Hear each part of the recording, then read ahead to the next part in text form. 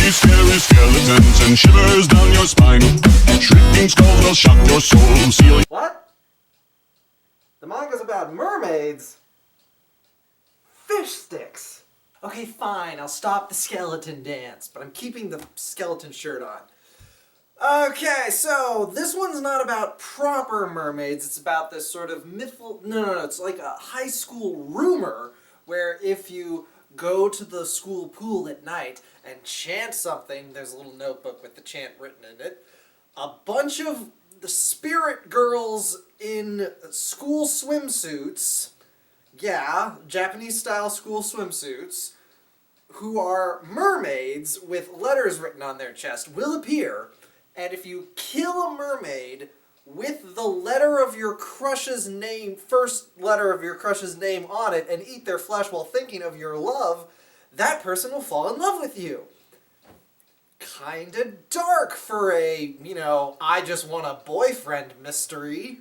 And yeah, it is kinda dark in that sense. See, what it is a bunch of short stories centering around this mermaid concept. And yes, the schoolgirls all seem to go to the same grocery store and buy like knives and crowbars and beat to death a mermaid that looks like a human being, for God's sake, and eat their flesh.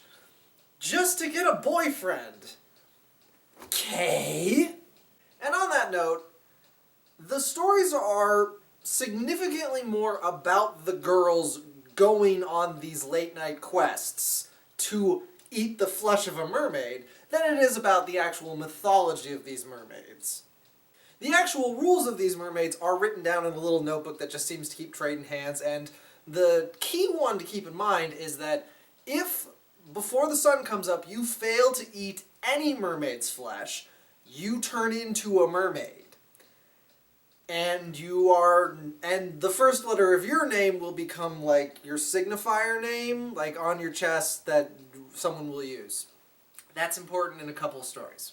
Now, I do want to say one really cool thing about these girls. They don't seem like they'd be mermaids just because they're in school swimsuits, but the cool thing they can do is they can basically phase through solid walls and floors and whatever with sort of a splashing water effect, so they swim through the school.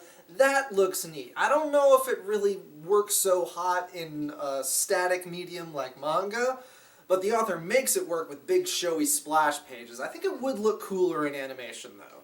But yeah, as a get-a-date ritual, pretty goddamn dark.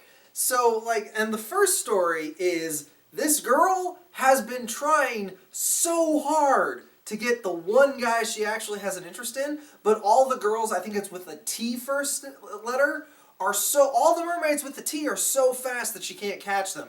So she brings a friend with her whose name starts with a T and intentionally tears out the page of the notebook that warns about the you must eat mermaid flesh or you become a mermaid, so that her friend becomes a mermaid and she picked her because she's slow and figured she'd be a slow mermaid too.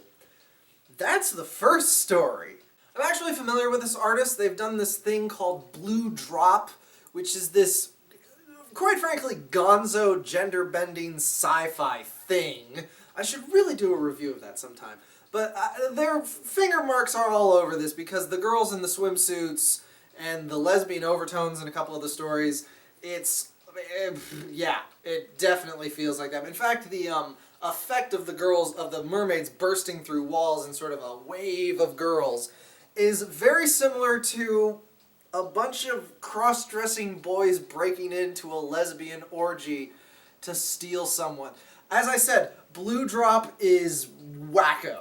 Now the thing that this manga has going for it is not super scary for the most part because, again, everything is a schoolgirl. In fact, I can think of only one story where the guy has a face. For most of the girls, it's just this sort of, they don't even show his eyes, it's just like his mouth and like the silhouette of a guy. It's the idea of a guy.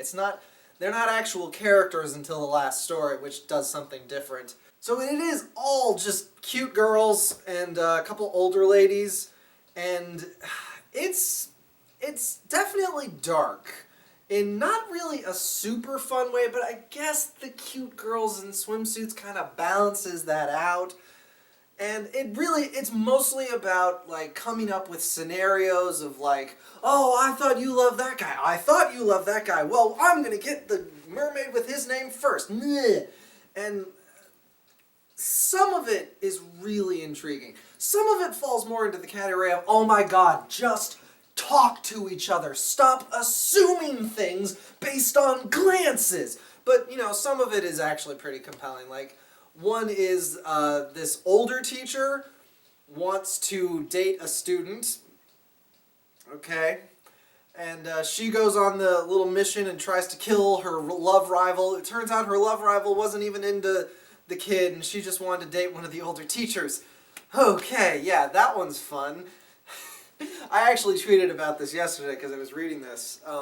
And this teacher's like, can't a teacher fall in love with a student? And the answer is no. You can't do that. One of the stories has the two girls, basically they eat the flesh of a mermaid and they think of the other girl, hoping to turn them into a love slave as revenge, but because they did it on each other, they end up being lesbian lovers. I guess that's kind of cute. That was one of the more nice stories. And in a couple stories, this gets expounded upon in the last story, but in a couple of them, the mermaids, get creepy. Like, they get, like, claws, webbed fingers, some fish scales, and, like, that big, like, slit mouth bass look thing to them. They're actually creepy and attack people. I don't really want to go into why. It's just kind of at a certain point, it feels like we're actually building to some reveals of the mythology.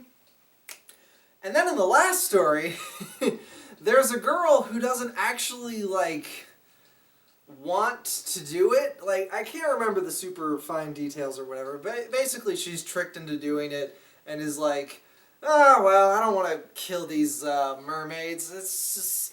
So the mermaids start attacking her, and she just, like, clocks them in the face. Like, they come at her, and she's just like, no, back off! Punch! That's enough of that! And she just beats the shit out of them. And it's so satisfying. Like, did you watch that movie Train to Busan? Watch the movie Train to Busan. I think it's on Netflix. It's a really good zombie movie. And there's, like, this big guy who just wraps his knuckles and just starts clocking zombies. It is one of the most satisfying goddamn things I've ever seen. And it totally undermines the horror, but that's what's so fun about it.